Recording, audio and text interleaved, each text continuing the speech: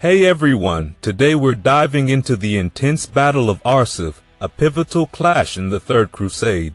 Imagine this, it's September 7th, 1191.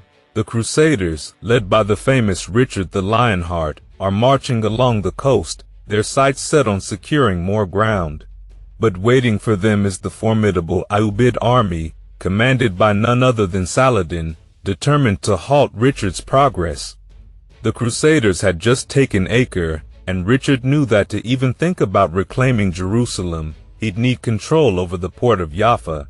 So, in August, he began this cautious march down the coast. The smart thing? He kept his forces close to the sea, where the fleet could protect his right flank and offer supplies and refuge. Meanwhile, Saladin was preparing to intercept, destroying Jaffa's fortifications to make it harder for the Crusaders to use the city as a base. Now, Richard wasn't about to let his troops fall into the same mistakes that had doomed the Crusaders at the Battle of Hattin. He knew that water and steady pacing were critical under the harsh heat, so he set a disciplined pace, marching in the cooler mornings and resting often by water sources. His army moved in a tight formation, with the infantry on the outer flanks to guard against Saladin's archers and the knights at the core, ready to charge if needed. The crossbowmen, always positioned on the outer ranks, kept a fierce defense, and their powerful bolts were a serious threat to Saladin's troops. For days, Saladin's forces harassed the Crusaders from every angle, firing arrows to try and provoke them into a hasty charge. But Richard's leadership kept them moving steadily, despite the pressure. As one Muslim chronicler, Bahauddin, described, these Crusaders kept marching without any hurry, holding formation while their fleet shadowed them from the sea. And Saladin, watching this careful advance, knew that he'd need his full army to make any real dent in their progress. By the end of August, Richard's forces were nearing the city of Caesarea, staying on the coast while Saladin's troops moved across inland paths.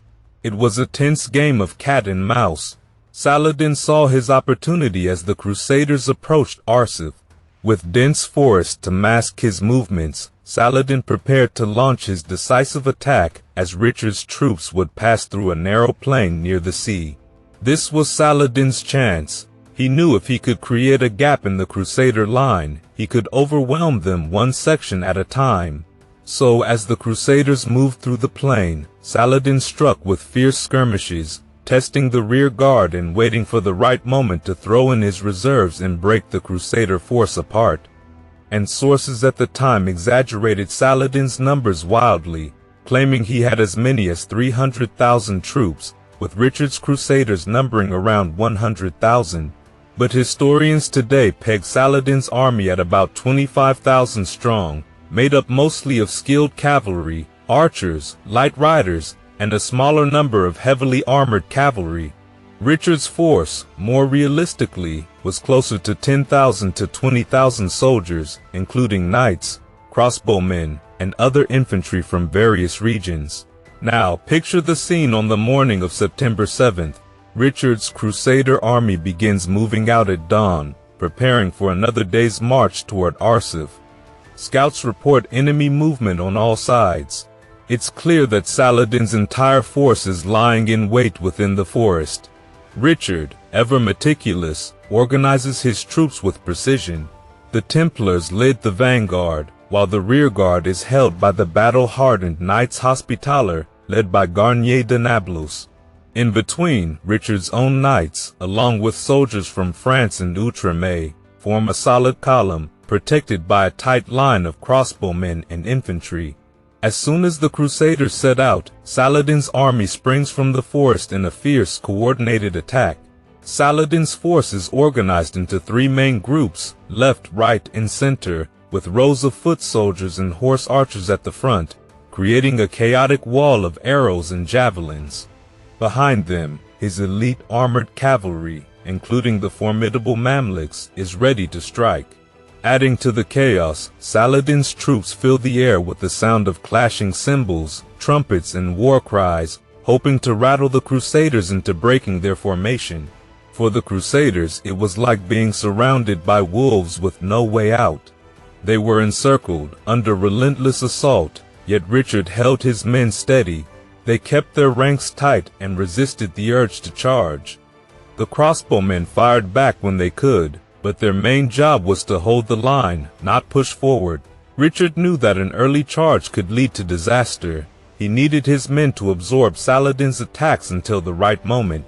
Saladin's strategy was to hit the Crusader rearguard hard, hoping to crack the ranks and create a fatal gap. The Hospitallers, guarding the rear, bore the brunt of the attack. Under constant pressure, many of them had to walk backward to keep their shields up and face the enemy.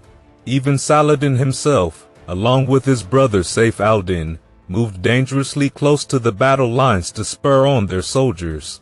Yet, the Crusaders refused to falter. Richard held his forces together, planning to launch a counterstrike only when Saladin's troops were fully engaged and beginning to tire. But the situation was growing critical. The Crusaders were losing horses, and many knights found themselves fighting on foot. As the vanguard finally neared Arsuf in the afternoon, the rearguard's crossbowmen were still holding their ground under fierce assault. It was at this moment that the Hospitallers, struggling to hold back Saladin's relentless attacks, could take no more. Garnier de Nablus repeatedly urged Richard for permission to attack, but Richard held him back, still waiting for the perfect moment. Then, with or without official orders, the tension broke. Baldwin le Caron, one of Richard's knights, along with the Hospitallers' marshal, charged into the Ayyubid forces, shouting, "St. George!" The rest of the Hospitaller knights surged forward behind them.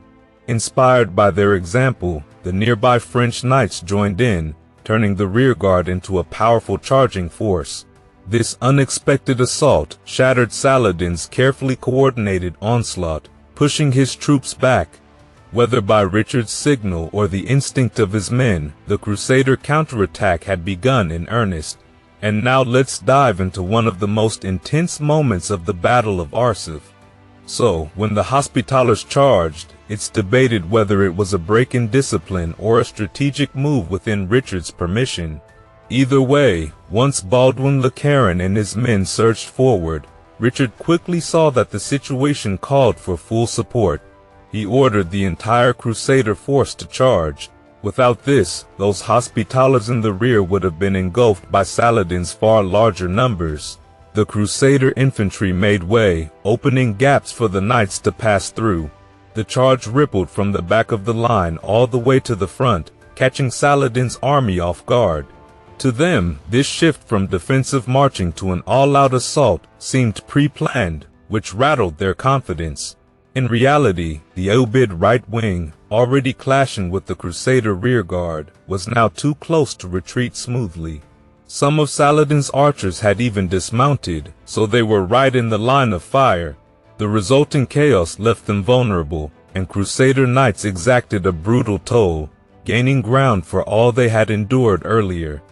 Baha al-Din, Saladin's chronicler, wrote that the Ayyubid ranks quickly broke, scattering the right flank of Saladin's forces. When Baha al-Din tried to regroup with the left wing, he saw it was also in retreat, leaving Saladin with only a handful of his bodyguard. Now, Richard, sharp as ever, knew the danger of chasing too far, especially against the skilled Ayyubid troops trained in flexible, fluid tactics. He stopped the charge about a mile in, reassembling his knights for safety. This break allowed Saladin's men to turn and attack again, targeting knights who had overextended. One notable casualty was James d'Avesnes, a prominent commander who fought courageously, reportedly taking down several Ayyubid cavalrymen before being slain. Saladin's nephew Taqi al-Din, with 700 of the Sultan's guards, attempted to counterattack against Richard's left, but once the Crusader line regrouped, Richard led a second charge that forced them to fall back again. And Richard himself, he was right in the thick of the battle.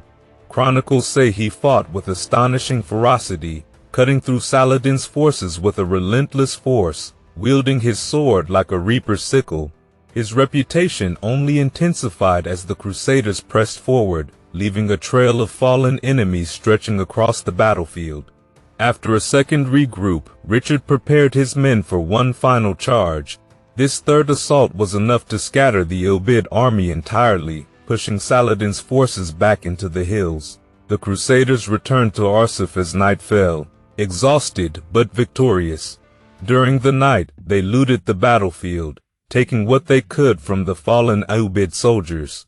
The aftermath of Arsuf was significant. While Saladin's army wasn't completely destroyed, the battle left a mark. Medieval sources claim that up to 7,000 of Saladin's troops had been lost, though modern estimates likely put the number lower. Richard's forces also suffered, with around 700 casualties and the notable loss of James d'Avennes. But the morale boost for the Crusaders was undeniable. This victory showed that Saladin, often viewed as unbeatable, was indeed vulnerable. Strategically, Arsuf shifted the momentum. Saladin's forces were bruised, and he was cautious to launch any large-scale offensives afterward. This allowed Richard to fortify key locations along the coast, including Jaffa. Saladin even had to abandon and demolish several fortresses across southern Palestine, recognizing he could no longer hold them. Although the crusade ultimately failed to retake Jerusalem, the resulting truce, the Treaty of Jaffa, allowed Christian pilgrims access to the city once more. Both sides, exhausted from the struggle, were ready to call it a truce.